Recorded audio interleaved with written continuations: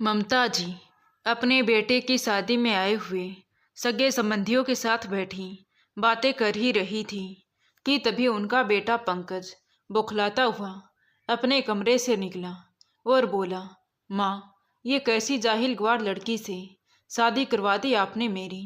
ना शक्ल ठीक है और ना सूरत। इसीलिए मैंने आपसे कहा था कि मैं अपनी पसंद की लड़की से शादी करूँगा, लेकिन नहीं, आप लोगों को तो अपनी मान मर्यादा का ख्याल था। आपकी मान मर्यादा ने मेरी पूरी जिंदगी बर्बाद कर दी। मैं अपनी पूरी जिंदगी ऐसी जाहिल गवार लड़की के साथ नहीं बिता सकता। इसलिए रखो इसे अपने पास ही और निभाते रहो इसके पिता को दिए हुए वचन को। गुस्से से बोलता हुआ पंकज अपना सामान बैग में भरते जा रहा था। बेटे की बातें सुनकर राम सिंह जी बोले, ऐसी बातें अब तुम्हें शोभा नहीं देती बेटा, क्योंकि अब तुम्हारे ऊपर तुम्हारे जीवन संगनी की भी जिम्मेदारी आ गई है, जिसे विवाह के पवित्र गठबंधन से बांधकर तुम इस घर की बहू बनाकर लाए हो। उसे तुम ऐसे नहीं छोड़कर जा सकते। कैसी जिम्मेदारियां पापा, जिसके लिए मैं तैयार ही नहीं था। उस जिम्मेदारी की बात कर रहे हैं आप लोगों ने मिलकर दो दो जिंदगियों को दांव पर लगा दिया है। मेरी भी कुछ ख्वाहिशें थी, कुछ सपने थे, जिसकी बलि आप लोगों ने चढ़ा दी। चीखते हुए पंकज ने कहा तो राम सिंह जी बोले, हाँ, मैं मानता हूँ बेटा, हमारी भी कई ख्वाहिशें थी, पर विश्वास करो बेटा, हमने जो किया वो बहुत सोच समझकर किया है। हमारा विश्वास रखो। सविता से अच्छी समझदार जीवन साथी तुझे नहीं मिलती बेटा। कितनी समझदार है पापा, वो दिख रही है मुझे। ऐसा कीजिए, आप ही उसे अपने पास रख लीजिए और उसकी समझदारी का अचार डालकर खाते रहिए। पर अब मैं यहाँ एक पल भी नहीं रुकूंगा। मैं अभी ही अपनी नौकरी पर जा रहा हूँ। कहते हुए पंकज वहाँ से बाहर निकल गया। राम सिंह जी और ममता जी उसे रोकने की पूरी कोशिश करते रहे, पर पंकज गुस्से में उनका हाथ झटक कर कमरे से बाहर निकल गया और दरवाजे के बाहर खड़ी सविता को बिना देखे ही वहाँ से चला गया। सविता ये सब देखकर और सुनकर काठ की गुड़िया सी खड़ी भूत बनकर सिर्फ आंखों से अनगिनत आंसू बहाए जा रही थी। एक क्षण में ही उसकी ख्वाहिशों की अर्थी सज चुकी थी। वो ख्वाहिशें जो हर कुंवारी लड़की अपने जीवन साथी के साथ देखना चाहती है। क्या गलती थी उसकी जो उसे जीवन भर का दर्द मिल गया। यही ना कि वो अपने बाबूजी के वचन का पालन कर रही थी। अभी कुछ घंटे पहले ही तो सविता अपने पीहर की दहलीज लांघकर ससुराल के चौखट पर आई थी और कुछ ही क्षणों में उसकी जिंदगी ने नई करवट ले ली। जिसके साथ शादी करके आई थी उसी ने उसको अपनाने से इनकार कर दिया। पता नहीं ये कैसे वचन की बेड़ियां बांध गए सविता के पिता, जिसके अंजाम के बारे में शायद ही किसी को पता हो। एक ऐसा वचन जो कई जिंदगियों को बर्बाद कर दिया। सविता दरवाजे के बाहर जिंदगी के कटु सत्य से रूबरू हो ही रही थी कि तभी बेटे के पीछे भागती हुई ममता जी उसे देखकर वहीं रुक गई। पर फिर बेटे के मुंह में व्याकुल वो बेटे के पीछे भागते हुए बोलते जा रही थी कि रुक जा बेटा पंकज। लेकिन जब तक वो बाहर गई तब तक पंकज अपनी गाड़ी लेकर चल दिया था। अब तो ममता जी के ऊपर मानो पहाड़ी टूट पड़ा हो। उन्हें समझ में नहीं आ रहा था कि वो कैसे अपनी नई नवेली बहू से नज़र मिलाएंगी, जिस बहू को अभी आए हुए एक दिन भी ठीक से नहीं हुआ है। उसे कैसे संभालेगी। यही सब सोचते सोचते ममता जी वहीं बरामदे में बनी सीढ़ियों पर निढाल होकर बैठ गई। एक तरफ बेटे का ऐसे नाराज होकर निकल जाना और दूसरी तरफ नई नवेली बहू के जीवन की चिंता। पता नहीं ये कैसी परीक्षा की घड़ी थी जो उन्हें दो राहों पर लाकर खड़ा कर दिया था। दिमाग में ये दुविधा चल ही रही थी कि तभी हाथ में पानी का गिलास लिए सविता ममता जी के पास आकर बैठ गई और बोली, माँ जी लीजिए, पानी पी लीजिए और चिंता मत कीजिए, समय के साथ सब ठीक हो जाएगा। वक्त दर्द देता है तो मरहम भी वही लगाता है। मैं जानती हूँ इन सब की जिम्मेदार मैं ही हूँ। अगर आपके बेटे की मुझसे शादी ना हुई होती तो आप लोगों का घर छोड़कर ये ऐसे नहीं जाते। मैं ही बदकिस्मत हूँ जो बचपन में मेरे जन्म होते ही मेरी माँ छोड़कर चली गई। जवानी की दहलीज पर आई तो पिताजी छोड़कर चले गए, और अब शादी हुई तो पति मुंह मोड़कर चले गए। कहते कहते सविता भावुक हो गई। ना बेटा ना, इसमें तुम्हारी कोई गलती नहीं है।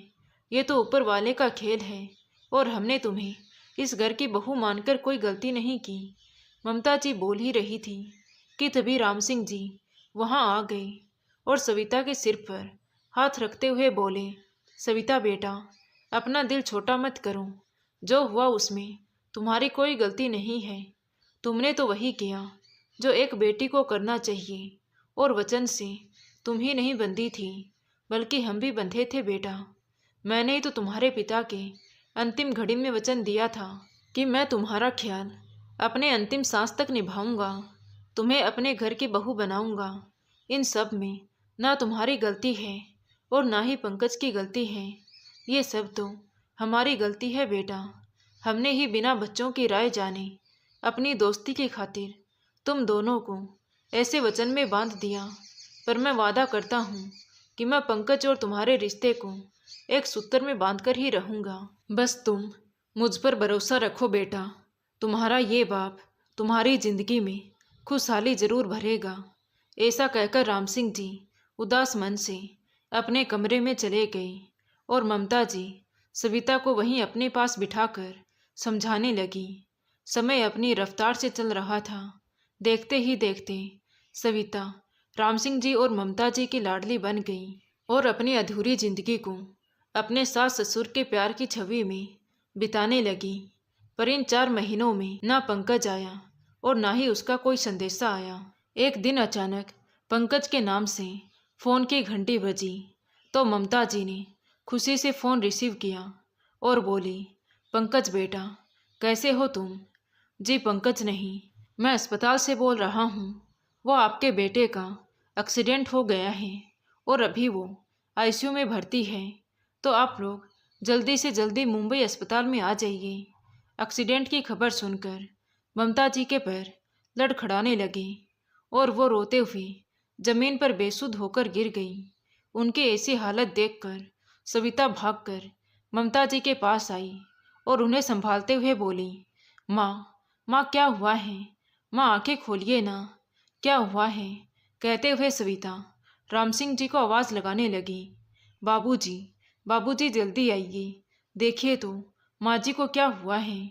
सविता की तेज आवाज़ सुनकर राम सिंह जी भागकर ममता जी के पास आए और उन्हें हिलाते हुए बोले, क्या हुआ ममता, बताओ तो सही, किसका फ़ोन था?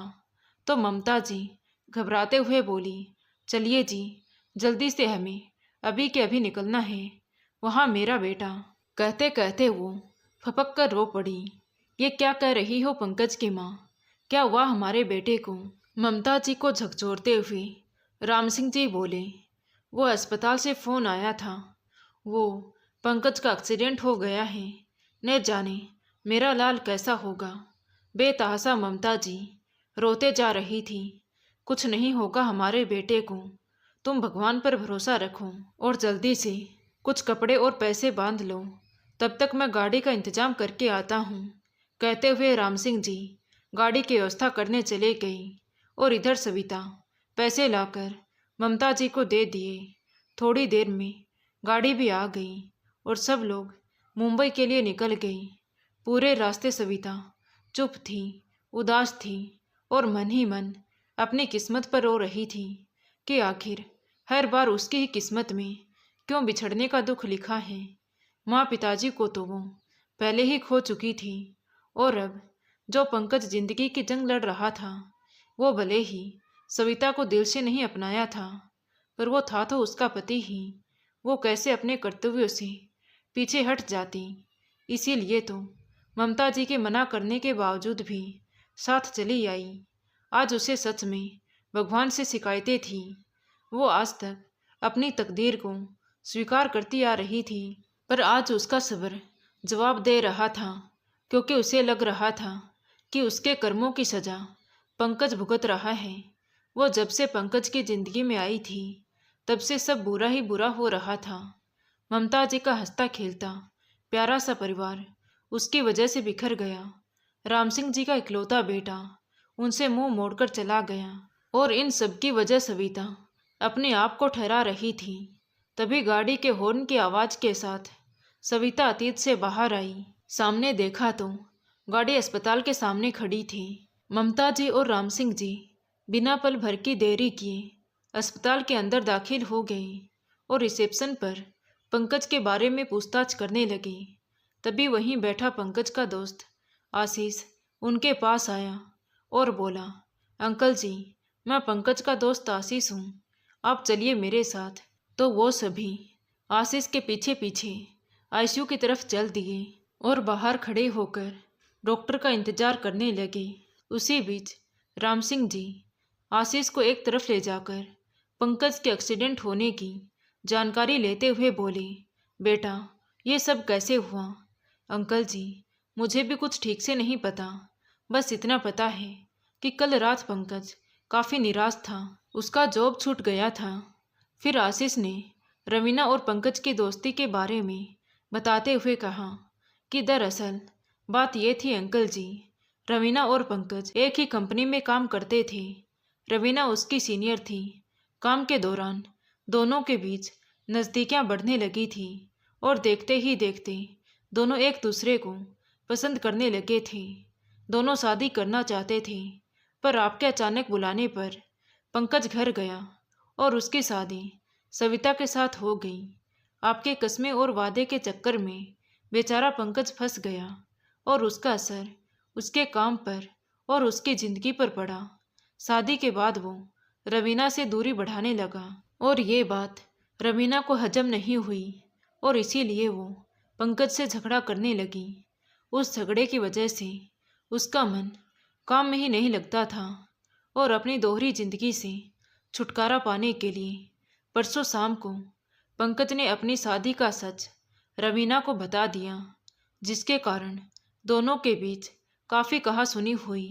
रवीना ने बॉस को कहकर पंकज को काम से निकलवा दिया। पंकज ये सब बर्दाश्त नहीं कर पाया और कल रात 2 बजे शराब के नशे में गाड़ी लेकर बस कहीं निकल गया। उसके बाद मुझे कुछ पता नहीं अंकल जी, बस मुझे सुबह 4 बजे अस्पताल से फ़ोन आया तो मैं भागकर यहाँ दौड़ा चला आया और तब से डॉक्टर के बाहर निकलने का इंतज़ार कर रहा हूँ। वो नर्स बता ही रही थी कि काफ़ी गंभीर चोट आई है, इसलिए पिछले 2-3 घंटे से उसका इलाज चल रहा है। आशीष के मुंह से सच जानकर राम सिंह जी अपना सिर पकड़कर बैठ गए। ये क्या कर दिया मैंने? इतना बड़ा अपराध मुझसे कैसे हो गया? हे भगवान, मैंने 3-3 जिंदगियों को दांव पर लगा दिया। काश मुझे थोड़ा सा भी आभास होता पंकज और रवीना के बारे में, तो मैं ऐसा कतई नहीं करता। हाय, इन सब में मेरा बेटा पिस गया। उसने अपनी ज़िंदगी को ही दांव पर लगा दिया। आज मेरी वजह से मेरा बच्चा जिंदगी और मौत की लड़ाई लड़ रहा है। कहते कहते राम सिंह जी बिलक बिलक कर रो पड़े। तभी आशीष उनके कंधे पर हाथ रखते हुए बोला, अंकल जी, ये सब ऊपर वाले की देन है। वो जैसा चाहता है वैसा ही होता है। हमारे हाथ में कुछ भी नहीं होता। ये तो कर्मों का खेल है। इसीलिए ज़्यादा मत सोचिए अंकल जी, सब ठीक हो जाएगा। बस भगवान से ये प्रार्थना कीजिए कि अपना पंकज जल्दी से ठीक हो जाए। कहते हुए आशीष उन्हें अंदर लेकर आ गया। करीब आधा घंटे बाद डॉक्टर आईसीयू से बाहर आए और बोले, देखिए जी, मैंने तो अपनी तरफ से पूरी कोशिश की है। अब भगवान की मर्जी है। अभी पेशेंट के लिए 72 घंटे बहुत क्रिटिकल हैं, इसलिए ऊपर वाले से दुआ कीजिए। एक्सीडेंट इतना भयानक था कि कुछ भी कहना अभी उचित नहीं होगा। कहते हुए डॉक्टर खन्ना राम सिंह जी के कंधे पर हाथ रखकर आगे बढ़ गए। 72 घंटे सुनकर ममता जी की आंखों से आंसू बहने लगे। वहीं खड़ी सविता अंदर ही अंदर बेचैन हो रही थी। 72 घंटे काटना सभी के लिए काफ़ी कठिन था। ना कोई ठीक से खा रहा था और ना ही आराम कर रहा था। ममता जी और सविता वहीं अस्पताल के मंदिर में बैठकर भगवान के सामने अपनी अर्जी लगा रही थी। खैर, किसी तरह ये 72 घंटे बीते और उन दोनों की तपस्या का फल मिला। रात के 12 बजे पंकज को होश आया। राम सिंह जी और ममता जी भागकर पंकज से मिलने आईसीयू में गए और उन दोनों के पीछे पीछे सविता भी अपने गंभीर कदमों से दाखिल हो गई। माँ और पापा को देखकर पंकज की आंखें भर आई, लेकिन जैसे ही उसकी नज़र माँ के पीछे खड़ी सविता पर गई तो उसकी नाराजगी और नफरत भरी निगाहें उसे कटघरे में लाकर खड़ा कर दिया। सविता भावनाओं और संवेदनाओं को पढ़ना अच्छी तरह से जानती थी, क्योंकि किस्मत ने उसे आज तक यही तो दिया था। इसलिए वो आईसीयू से बाहर निकल आई और भगवान के सामने जाकर फूट फूट कर रोने लगी। फिर आते जाते लोगों को देखकर खुद को संभाला और अपनी किस्मत की इस लड़ाई को लड़ने के लिए अपनी कमर कस ली। उसे पता था कि पंकज उसे अपने आसपास भी नहीं भटकने देगा, चाहे उसके हालात कुछ भी हों। पर सविता भी दृढ़ निश्चय से भरी युवती थी। वो भी अपने क्रम से पीछे हटने वालों में से नहीं थी और अपना पत्नी धर्म निभाने में कोई कसर नहीं छोड़ना चाहती थी। इसलिए उसने अपने आंसू पोंछे और आईसीयू में चली गई। फिर थोड़ी देर बाद सभी नर्स के कहने पर बाहर आ गई, क्योंकि पंकज की हालत ऐसी नहीं थी कि उसे सबके बीच रखा जाए। वो अभी भी अपने दर्द और जख्म से गुजर रहा था। खैर ममता जी और राम सिंह जी को तो बस इस बात की खुशी थी कि उनका बेटा उनकी आंखों के सामने है। हाँ, तकलीफ़ों से जूझ रहा है पर होश तो आ गया है। इसी बात के लिए दोनों पति पत्नी भगवान को धन्यवाद दे रहे थे कि तभी नर्स ने आकर कहा कि आपको डॉक्टर खन्ना अपने केबिन में बुला रहे हैं। नर्स की बात सुनकर वो सभी डॉक्टर खन्ना के केबिन में गए, जहां डॉक्टर खन्ना पंकज की रिपोर्ट चेक कर रहे थे। जी देखिए, मैं आप लोगों को कोई भ्रम में नहीं रखना चाहता, इसलिए यहाँ बुलाया है। आपके बेटे का एक्सीडेंट इतना भयानक था कि सिर में काफ़ी चोट आई है, पर अभी खतरे से बाहर है। एक हाथ और एक पैर में फ्रैक्चर हुआ है, तो उसे अभी ठीक होने में काफ़ी समय लगेगा। उसके कुछ ऑपरेशन भी किए गए हैं, तो काफ़ी दिन तक उसको उठने बैठने में दिक्कत हो सकती है। डॉक्टर खन्ना की बातों से सभी के चेहरे पर गंभीरता की लकीर दिखने लगी, पर कर भी क्या सकते थे सिवाय भगवान से प्रार्थना करने के। खैर 1 महीना अस्पताल में रहने के बाद डॉक्टर खन्ना ने उसे घर ले जाने की इजाज़त दे दी। पंकज घर तो आ गया था, लेकिन अभी तक वो पूरी तरह से ठीक नहीं हुआ था, इसलिए 24 घंटे किसी न किसी को उसके पास रहना था। लेकिन पंकज सविता को अपने आसपास भी नहीं भटकने देना चाहता था। इसलिए पंकज की जिद और वर्तमान स्थिति देखते हुए ममता जी दिल पर पत्थर रखकर अपने बेटे की बात मान ली और सविता को समझाते हुए उससे दूर रहने के लिए बोल दिया और खुद ही अपने बेटे का ध्यान रखने लगी। पर एक रात अचानक राम सिंह जी की तबीयत खराब हो गई। उनका बीपी और शुगर काफ़ी हो गया।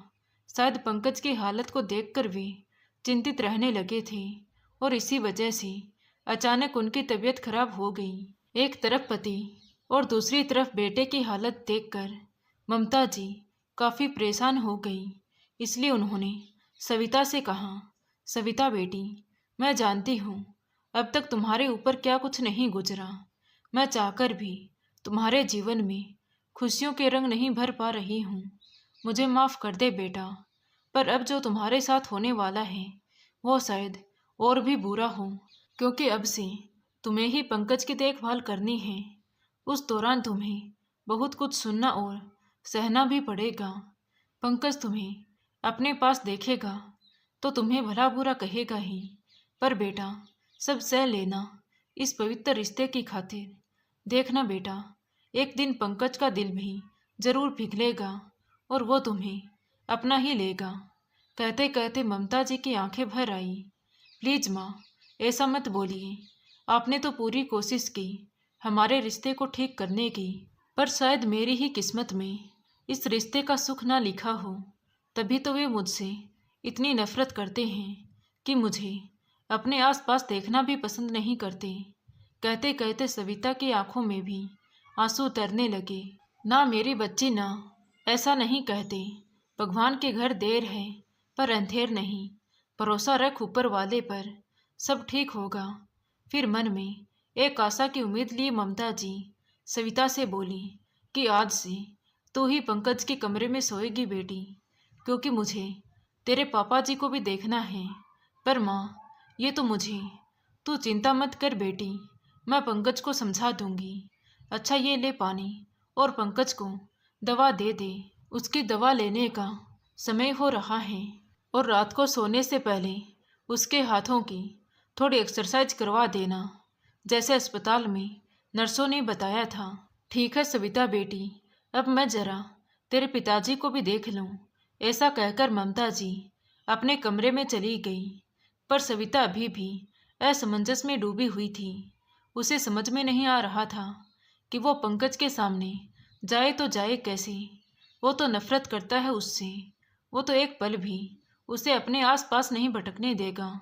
पर मजबूरी थी, इसलिए सविता हिम्मत करके डरते डरते पंकज के कमरे में चली गई और जाकर जैसे ही टेबल पर पानी का गिलास और दवाई रखी तो गिलास रखने की आवाज़ सुनकर पंकज ने कहा, माँ, कब से मैं आपका इंतज़ार कर रहा था। देखिए मेरे पैरों में कब से खुजली हो रही है और मैं आपका नालायक बेटा उठकर अपने काम भी नहीं कर पा रहा हूँ।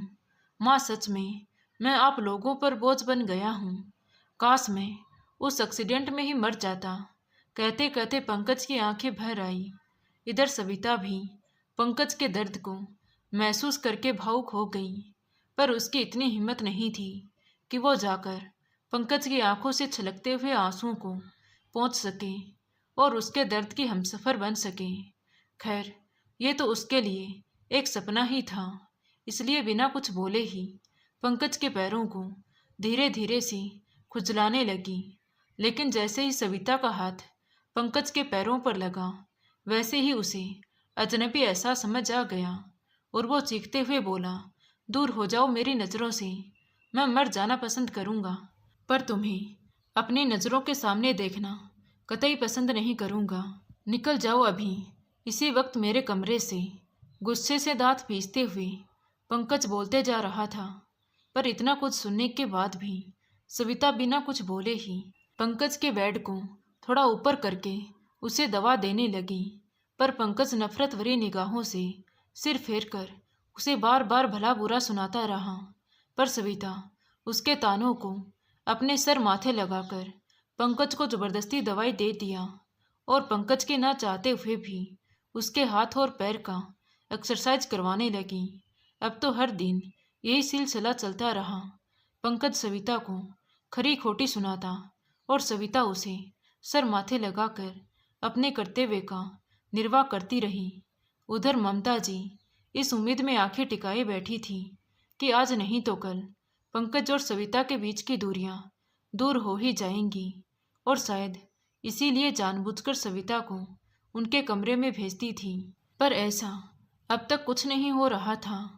सविता भी अब तक एक भरोसे पर जी रही थी कि शायद एक दिन सब ठीक हो जाएगा, पर उसका ये सोचना गलत साबित हुआ, क्योंकि एक दिन जब दूध का गिलास पिलाते हुए गलती से सविता के हाथ से थोड़ा सा दूध पंकज के ऊपर गिर गया तो पंकज ने अपने एक हाथ से धक्का मारकर सविता को नीचे गिरा दिया और गुस्से भरी निगाहों से उसे घूरते हुए बोला, किस मिट्टी की बनी हो तुम जो किसी की नफरत समझ ही नहीं आती। तुम्हारे बदले कोई और लड़की रहती तो अब तक इस घर को छोड़कर कब से जा चुकी होती, पर तुम्हारे जैसी बेशरम लड़की मैंने आज तक नहीं देखी, जिसे अपमानित होने में भी मजा आता है। अनपढ़ गंवार औरत कहीं की। पंकज के हृदय भेदी शब्द सुनकर सविता चीख चीख कर रोना चाहती थी, पर रो ना पाई। शायद वो अब तक काठ की गुड़िया बन चुकी थी, जिसे कुछ नहीं दिखता सिवाय अपने कर्तव्यों के अलावा। वो अब तक इस घर में बस इसलिए टिकी हुई थी क्योंकि उसके सास ससुर उसे सर आंखों पर रखते थे, इसलिए अक्सर अंदर ही अंदर घुटती रहती। रात के अंधियारे में, अपनी तन्हाइयों में, अपने अकेलेपन में जी भरकर रो लेती थी और मन ही मन कहती कि एक बार पंकज जी की तबीयत ठीक हो जाए, उसके बाद मैं हमेशा हमेशा के लिए इस वचन की बेड़ियों को तोड़कर इस घर से और पंकज की जिंदगी से दूर हो जाऊंगी। पति की कड़वाहट ने सविता को इस कदर तोड़ दिया था कि वो अक्सर उदास रहने लगी थी। इधर उसके चेहरे की उदासी बढ़ती जा रही थी और उधर पंकज ठीक होने लगा। अब वो खुद से उठकर बैठने लगा था। सविता का निस्वार्थ सेवा भाव उसकी तकलीफों को कम करता गया। वक्त गुजरता गया और धीरे धीरे सविता के प्रति पंकज की कड़वाहट कम होती जा रही थी। देखते ही देखते कब 2 महीने निकल गए, पता ही नहीं चला। अब तक पंकज के काफ़ी जख्म भर चुके थे, पर सविता के जख्म आज भी हरे थे, जिस पर मरहम लगाने वाला कोई नहीं था। हाँ, ममता जी थी उसके साथ, पर वो एक सास के साथ साथ एक माँ भी थी, जिसे अपने बेटे से ज़्यादा हमदर्दी थी। और जब से पंकज का एक्सीडेंट हुआ था, तब से तो वो अपने बेटे को लेकर बहुत चिंतित रहती थी, क्योंकि वो अपने बेटे को किसी भी कीमत पर खोना नहीं चाहती थी। और इस कमी को सविता ने ममता जी की आंखों में पढ़ लिया था।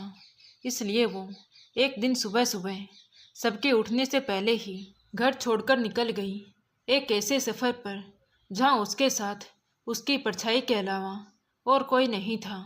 सुबह सुबह सविता की आरती के साथ घर के लोगों की नींद खुलती थी, पर आज ऐसा कुछ नहीं हो रहा था।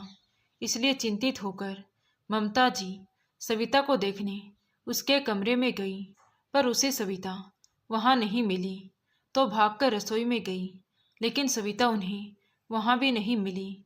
तो परेशान होकर ममता जी राम सिंह जी के पास गई और घबराते हुए बोली, सुनिए जी, सविता कहीं नहीं मिल रही है, पता नहीं कहाँ चली गई, कुछ बताया भी नहीं। ऐसे तो वो कहीं नहीं जाती है, फिर आज कहाँ चली गई? कहते कहते ममता जी रोने लगी। अरे वही कमरे में या बाथरूम में होगी ममता, तुमने ठीक से नहीं देखा होगा। अच्छा रुको, मैं ही देख कर आता हूँ। कहते हुए राम सिंह जी उसके कमरे में चले गए। तभी उनकी नज़र टेबल पर रखे हुए पेपर पर पड़ी, जिसमें लिखा था, प्रणाम माँ और पिताजी। माँ, मैंने अपना फ़र्ज बहुत अच्छे से निभाया और अपने दायित्व को पूरा किया। अब मैं थक गई हूँ इस बेमतलब के रिश्ते के बोझ से, इसलिए मैं इस घर को छोड़कर जा रही हूँ। आप लोगों ने जो रिश्ते बांधे थे वो कभी मेरे थे ही नहीं, इसलिए इस वचन की बेड़ियों को तोड़ देना ही अच्छा है। मुझे माफ़ कर दीजिएगा माँ और पिताजी। खत पढ़ते पढ़ते राम सिंह जी की आंखें भर आई। तभी ममता जी भी वहाँ आ गई। क्या हुआ जी, क्या लिखा है इसमें? ममता, हमारी सविता बिटिया हमें छोड़कर और इस रिश्ते को तोड़कर हमेशा हमेशा के लिए जा चुकी है। हमने अपनी बेटी को खो दिया है ममता। कहते हुए राम सिंह जी वहीं अपना सर पकड़कर बैठ गए। पंकज के पापा, ऐसे हिम्मत मत हारो और पुलिस स्टेशन जाकर सविता के गुम होने की खबर लिखवा दो। पता नहीं कैसी होगी हमारी बच्ची। हाँ ठीक है, मैं जाता हूँ।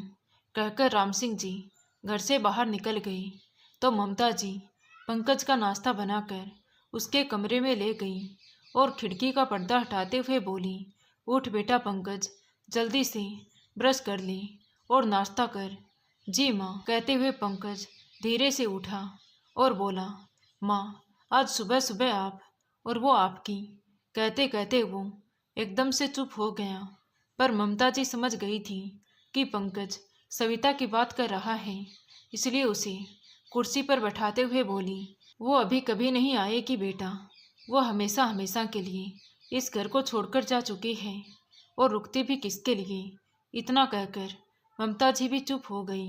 अपनी माँ की बात सुनकर आज पहली बार पंकज को सविता की कमी महसूस हो रही थी, लेकिन फिर भी पंकज अपने दिल की ना सुनकर ममता जी से बोला, अच्छा ही हुआ माँ चली गई, आखिरकार उससे हम सभी को छुटकारा मिल ही गया है। खैर छोड़िए ना, जल्दी से मुझे नाश्ता दीजिए। तो ममता जी उसे नाश्ता और दवाई देकर बाहर निकल गई, पर पंकज कहीं ना कहीं बेचैन जरूर था। उसे इंतजार था सविता की एक झलक पाने का। वो इस बात को बर्दाश्त नहीं कर पा रहा था कि सविता उसे छोड़कर जा चुकी है उसे हर वक्त बस सविता के होने का एहसास हो रहा था। उसकी खुशबू उसकी सांसों में बस चुकी थी। वो उसे चाहने लगा था, पर कभी जता नहीं पाया। शायद उसका पुरुषत्व अहंकार उसे उसके सामने झुकने ना दिया। वो सविता से जितनी नफरत करता था, उससे कहीं ज़्यादा अब मोहब्बत करने लगा था। खैर, अब तो बहुत देर हो चुकी थी। काश वक्त रहते उसे सविता के होने का एहसास हो जाता।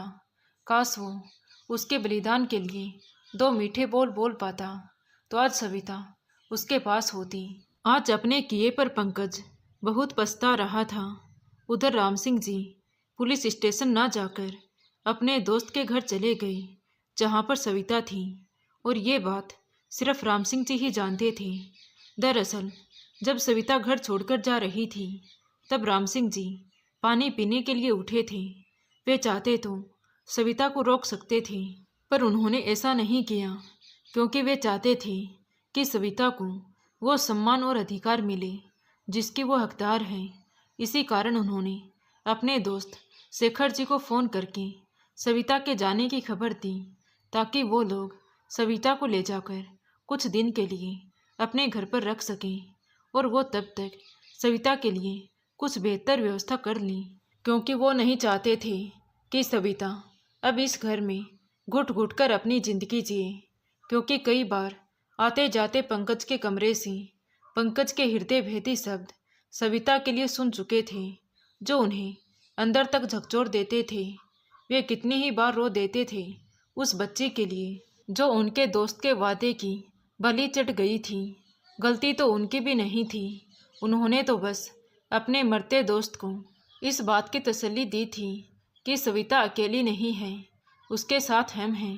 पर वो आज गलत साबित हो गई। 3 जिंदगियों को बर्बाद करके वे खुद की नज़रों में गिर चुके थे। इसलिए उनके अंदर ना इतनी हिम्मत थी और ना ये हालात थे कि वे पंकज को कुछ कह सकें। वे बेटे के साथ भी अन्याय कर चुके थे, इसलिए कुछ भी बोलने का हक खो चुके थे। पर जो गलती आज तक हो चुकी थी, उसे सुधारने का एक यही मौका दिखा उन्हें, क्योंकि उन्हें पता था कि कहीं ना कहीं पंकज इस वचन की बेड़ियों से बंध चुका था। तभी तो अपनी दोस्त रवीना से दूरियां बनाने में कामयाब रहा। ये सब सोचते सोचते राम सिंह जी अपने दोस्त शेखर जी के घर पहुंच गए और सविता को देखकर हाथ जोड़ते हुए बोले, सविता बेटा, मुझे माफ़ कर दो। मैं हार गया तुम्हें तुम्हारे हक को दिलाने में। मैं कुछ भी नहीं कर पाया तुम्हारे लिए बेटा। ऐसा मत कहिए पापा जी, प्लीज़ मुझे आज़ाद कर दीजिए इन बेड़ियों से। मैं अब यहाँ नहीं रहना चाहती। क्यों आपने अंकल जी को कहकर मुझे यहाँ रोक लिया? प्लीज़ पापा जी, मैं आपके सामने हाथ जोड़कर विनती करती हूँ, मैं नहीं आना चाहती आप सभी के बीच में। कहते कहते सविता बिलख बिलख कर रो पड़ी। सविता बेटी, कैसे आज़ाद कर दूँ तुम्हें? क्या मुंह दिखाऊंगा ऊपर जाकर तुम्हारे पिताजी को? तुम मेरी जिम्मेदारी हो, और अब जब तक तुम्हारे लिए कुछ अच्छा ना सोच लूँ, तब तक तुम यहीं रहोगी। वो दोनों बातें कर ही रहे थे कि तभी उनके दोस्त शेखर जी की पत्नी सुमित्रा जी चाय लेकर आ गई और सविता से बोली, हाँ बेटी, तुम्हें यहाँ किसी प्रकार की कोई तकलीफ नहीं होगी। चाय पीकर राम सिंह जी सविता के सर पर हाथ रखते हुए बोले, अपने इस पिता पर भरोसा रखना बेटा, एक दिन सब कुछ ठीक हो जाएगा। कहते हुए राम सिंह जी सविता को आशीर्वाद देते हुए वहाँ से चले गए। उधर पंकज की जिंदगी तो जैसे थम सी गई थी। उसके लिए समय काटना कठिन हो रहा था। सविता की कमी पंकज को ही नहीं, बल्कि उठते जागते ममता जी को भी हो रही थी। 4-5 दिन निकल गए थे, पर अब तक सविता का कुछ पता नहीं चल पा रहा था और पंकज सविता की कमी को बर्दाश्त नहीं कर पा रहा था। इसलिए एक दिन वो अपनी माँ से बोला, माँ प्लीज़ सविता को वापस ले आओ, मैं नहीं रह पाऊँगा उसके बिना। वो मेरी आदत बन गई थी माँ, प्लीज़ माँ उसे कहीं से भी ढूंढ लाओ, लेकिन वापस ले आओ। मैं वादा करता हूँ अब कभी उसकी आँख में आंसू की एक बूंद भी नहीं आने दूंगा। मैं उसके हर ख्वाहिश को पूरी करूँगा। मैं उसके वचन की बेड़ियों में बंधना चाहता हूँ। प्लीज माँ, उसे वापस ले आओ। अपने बेटे के मुंह से सविता के लिए इतना प्यार देखकर ममता जी मन ही मन बहुत खुश हो गई और तुरंत राम सिंह जी के पास जाकर ये खुशखबरी उनको बताने लगी, जिसे सुनकर राम सिंह जी तो खुशी से फूली नहीं समा रहे थे। आखिरकार वे लोग भी तो यही चाहते थे कि पंकज को एहसास हो सविता की कमी का। पर तभी अचानक से ममता जी उदास हो गई और बोली, पंकज के पापा, सविता को गए हुए आज 6 दिन हो गए हैं, पर उसकी कोई खबर नहीं है। कहाँ होगी हमारी बच्ची? मुझे पता है ममता, सविता कहाँ है, पर क्या वो पंकज की जिंदगी में वापस आना चाहेगी? राम सिंह जी थोड़े गंभीरता भरे लहजे में बोले, जी आपको पता है सविता कहाँ है, फिर आपने मुझे क्यों नहीं बताया? ममता जी ने खुश होते हुए कहा। तो राम सिंह जी बोले, हाँ ममता, वो दरअसल मेरे दोस्त शेखर जी के घर पर हैं, पर ये बात अभी तुम पंकज को मत बताना, क्योंकि मैं चाहता हूँ कि पंकज आवेश में आकर कोई कदम ना उठाए, बल्कि पूरी तसल्ली के साथ सविता को अपनी ज़िंदगी में लाने का सोचें। ठीक है जी, जैसा आप चाहें वैसा ही होगा। ऐसा कहकर ममता जी रसोई में अपना काम निपटाने चली गई। इधर पंकज सोना चाह रहा था, पर चाहकर भी सो नहीं पा रहा था। उसके आंखों के सामने सविता की छवि घूम रही थी। शायद वो थी ही इतनी अच्छी कि उसकी अच्छाई पंकज पर हावी हो गई थी। सविता आधिपत्य से हटकर खुद को समर्पित करने में विश्वास रखती थी, तभी तो अब तक वो ऐसे बंधन में बंधी थी जो उसका कभी था ही नहीं। ये सब सोचते सोचते पंकज धीरे धीरे चलकर अपने कमरे से बाहर आया और ममता जी और राम सिंह जी को आवाज़ लगाते हुए बोला, माँ, पिताजी कहाँ हैं आप? मुझे आप लोगों से बात करनी है। पंकज की आवाज़ सुनकर राम सिंह जी और ममता जी जल्दी से बाहर आए और पंकज को सोफे पर बिठाते हुए बोले, हमें बुला लेते बेटा, तुम उठकर बाहर क्यों आए? अभी तो तुम अच्छे से ठीक भी नहीं हुए हो। मैं ठीक हूँ पापा, और मुझे अभी के अभी सविता को ढूंढने जाना है। आप लोग ऐसे आराम से कैसे बैठ सकते हैं, जबकि आपकी बहू कितने दिनों से गायब है? मुझे अभी उसे ढूंढने जाना है। मुझे सविता को वापस अपनी ज़िंदगी में लाना है। पंकज की बातों से सविता के लिए बेचैनी देखकर अब तक राम सिंह जी को पूरा विश्वास हो गया था कि पंकज सच में सविता को अपनी ज़िंदगी का हिस्सा बनाना चाहता है। इसीलिए वे पंकज को भरोसा दिलाते हुए बोले, तुम चिंता मत करो बेटा, मैंने पुलिस में रिपोर्ट लिखवा दी थी। वो लोग अपनी तरफ से पूरी कोशिश कर रहे हैं सविता को ढूंढने की, और देखना वो जल्द ही मिल जाएगी। कहते हुए राम सिंह जी ममता जी से बोले कि तुम पंकज को अंदर लेकर जाओ, मैं सविता का पता करने जा रहा हूँ। इतना कहकर राम सिंह जी सविता जी से मिलने शेखर जी के घर की ओर निकल गए। वहाँ पहुँचे तो सविता ने घबराते हुए पूछा, क्या हुआ पापा जी, इतनी रात गए, सब ठीक तो है ना? हाँ बेटा, सब ठीक है, बस तुम्हें अपने घर वापस ले जाने आया हूँ। चलो बेटा, घर वापस चलो, सब तुम्हारा इंतज़ार कर रहे हैं। पंकज तुमसे बेहद प्यार करता है, वो मर जाएगा तुम्हारे बिना। नहीं पापा जी, अब मैं वापस नहीं जाऊंगी। किस रिश्ते से जाऊं, बेटी के रिश्ते से या बहू के रिश्ते से? मैं थक गई हूँ पापा जी, इन रिश्तों के बोझ से मैं अब और अपमानित नहीं होना चाहती। कहते कहते सविता फूट फूट कर रोने लगी। सविता मत रो बेटी, 6 महीने से रोते तो आई है तुम। अब तुम्हारी ज़िंदगी में खुशी के दिन आ गए हैं। मैंने पंकज की आंखों में तुम्हारे लिए फ़िक्र देखी है बेटी, इसलिए मेरा विश्वास करो, अब वो तुम्हें कभी तकलीफ़ नहीं देगा। अब वापस अपने घर चलो बेटी। कहते हुए राम सिंह जी भावुक हो गए तो सविता पापा जी कहकर राम सिंह जी से ऐसे लिपटकर रोने लगी जैसे एक बेटी विदाई के समय अपने पिता से लिपटकर रोती है। आज देखा जाए तो राम सिंह जी ने भी एक बेटी के बाप होने का फर्ज निभाया था। खैर, सविता राम सिंह जी के साथ अपने ससुराल जाने के लिए राजी हो गई। ससुराल पहुंची तो उसकी सास ममता जी उनका बेहद इंतजार कर रही थी। सविता को देखकर वो ऐसे रोई जैसे कोई बेटी शादी के बाद पहली बार अपनी माँ से मिलती है। बाहर की चहल पहल देखकर पंकज भी धीरे धीरे चलकर उनके पास आ गया और अपने दोनों हाथ जोड़ते हुए सविता से बोला, मुझे पता है सविता, तुम मुझे कभी माफ़ नहीं करोगी क्योंकि मैं हूँ ही इसी लायक, लेकिन अगर तुम मेरी ज़िंदगी से चली गई तो मैं जीते जी मर जाऊँगा सविता, इसलिए प्लीज़ मुझे माफ़ कर दो। मैं वादा करता हूँ तुमसे, तुम्हारा हाथ कभी नहीं छोड़ूंगा, तुम्हारी आंखों में आंसू की एक बूंद भी नहीं आने दूंगा, लेकिन तुम वापस लौट आओ मेरी ज़िंदगी में प्लीज़ सविता। मैं उन 7 वचनों की बेड़ियों में फिर से बंधना चाहता हूँ। कुछ तो बोलो सविता, तुम्हारी खामोशी मुझे अंदर तक चीर रही है। कह दो आज जो भी कहना है, पर ऐसे खामोश मत रहो, नहीं सहन होती तुम्हारी ये खामोशी। आज पंकज की आंखों में अपने लिए इतनी फिक्र देखकर सविता की आंखों से झरझर आंसू बहने लगे। तभी पास खड़े राम सिंह जी और ममता जी ने दोनों को अपने सीने से लगा लिया और बोले, बस करो बेटा, बहुत रो लिए, अभी भी देर नहीं हुई है, आगे की ज़िंदगी खुशी खुशी से बिताओ, आपके ये माता पिता हमेशा आपके साथ हैं। आज सही मायने में उन दोनों के रिश्ते को सच्ची पहचान मिली थी। तो दोस्तों, आपको ये कहानी कैसी लगी कमेंट करके ज़रूर बताएं।